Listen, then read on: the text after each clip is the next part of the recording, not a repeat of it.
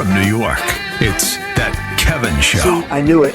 Come on, Kev. What's a few classified documents between friends? I told you all the time. I knew it. I knew he had some too. Here he is, That Kevin.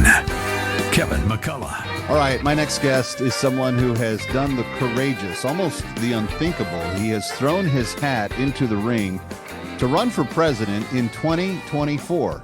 In a day and age in which everyone's saying this is going to be the matchup of two old men at the end of the road, could there be someone very different in the mix? That is the hope and the ambition of one Larry Elder, who is not only a fantastic spokesperson for the things that he believes, but also I consider him a good friend. Larry, it's great to see you.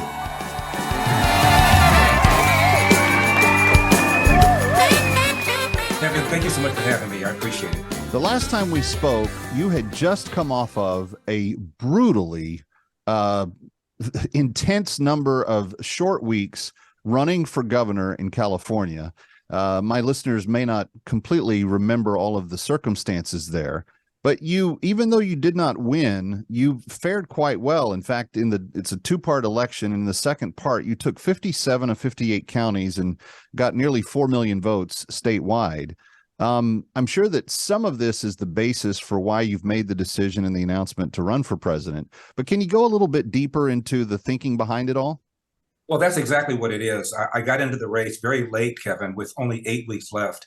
And in 8 weeks, I raised $27 million, more than all the other replacement candidates combined. As you pointed out, California has 58 counties. We carry 57. By the way, the only one I lost, Kevin, was San Francisco. I lost that by less than 200 votes. Wow. I didn't spend one dime or 1 minute there, and we almost carried that county.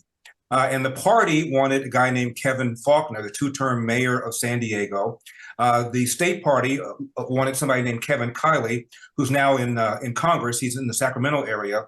I carried San Diego County by 30 points, and I carried the areas where Kevin Kiley now governs by also between 20 and 30 points. So by any stretch of the imagination, it was an extraordinary race. No one has won anything Republican statewide in California in over 20 years.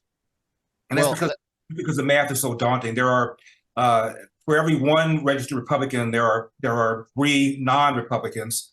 And so it's almost impossible to win. The reason I did it was because it was a recall election. If the ball had caromed the right way, I could have gotten in with as little as 25 or 30% of all the votes cast. And then my hope is I would have been in Sacramento for 2 years before the re-election, and they would have realized that I don't have horns, I don't have a tail. I have some ideas about what to do about how we should have handled the coronavirus pandemic, what to do about schools, what to do about homelessness, and how to reverse the fact that in the last couple of years, 500,000 people have left California for the sunny climes of Texas, Florida, and other places. So that's really what informed the decision. And half of the donors, Kevin, there were 150,000 of them, half of them came from outside of California. And so when the race is over, I go to Key West to chill out, lick my wounds. And Elder, I followed your race. I gave you money. Drinks are on me. Dinner's on me. That's why I gained almost 10 pounds. Haven't been able to lose it.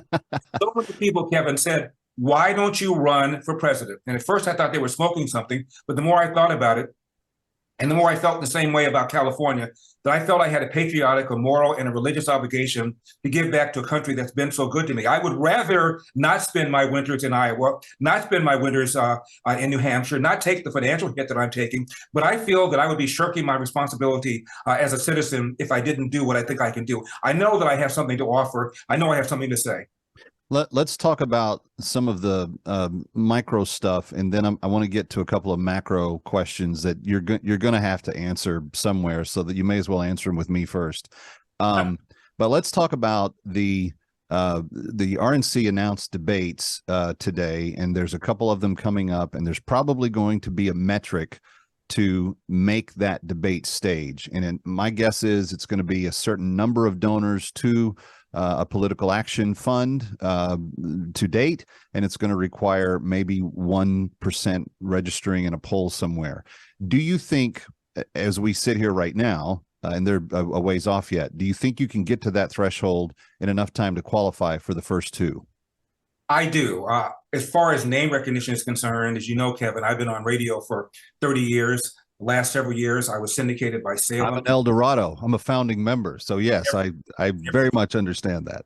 And so I got pretty high name recognition. And as I mentioned, in my California race, there were 150,000 individual donors. And I think the metric is going to be for the Milwaukee debate, probably have to have at least 50,000 individual donors. I don't think we're going to have any difficulty reaching that. All right. Well, that's one of the micro steps in between now and then. There's also going to be a pretty interesting field that's already starting to form. You've got Nikki Haley. You've obviously got 45. You've got the entrance of who just announced last week. Asa Hutchinson just announced. Say that. Asa Hutchinson just announced today. Yeah, well, Asa Hutchinson, John Bolton technically announced a few weeks back. I mean, there's a lot of kind of interesting characters that are kind of fringe, but I don't really consider you one of those. You're someone who has a serious message and has made at least a serious attempt at a very, very ambitious run for office. It's not the last Republican governor of California was Arnold Schwarzenegger, and that was eons ago. So you can't be laughed off as someone who, is not serious about what you're doing. But there are some intangibles that you bring to the race that no one else in that field does. And talk about that for us a little bit, your appeal to voters that Republicans don't normally attract. Right. But before I get into that, I just wanted to mention about the gubernatorial thing. Keep in mind, California is the fourth largest country in the world if it were a separate country. And I ran for that top job. And there was another fellow who ran unsuccessfully for governor, became a twice elected president. His name was Richard Nixon. And Donald Trump hadn't run for anything, let alone for the largest state in the union. So there's that. But here's what I think I bring to the table, Kevin, to answer your question. Notice how much of a politician I've become already.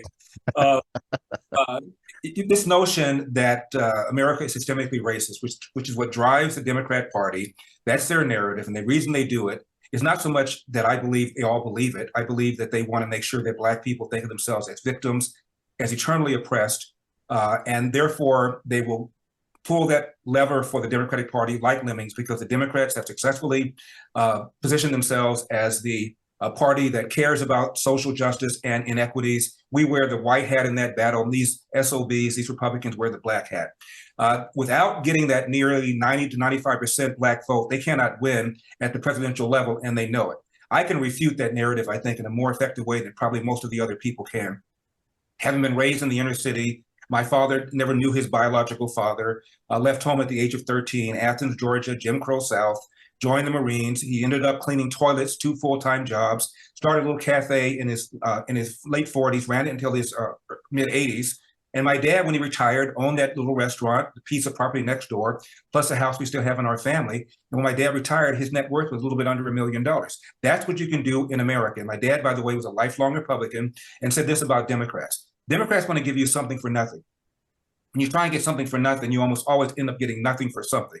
And so this message that the police, for example, are engaging in systemic racism against Black people, not only is just wrong, not only does it insult cops, not only does it demoralize cops, it's causing what's called the Ferguson effect or the George Floyd effect. That is the voice of Larry Elder. We're coming right back with the presidential candidate now declared for 2024. Don't go away. Ready or not, he'll be right back.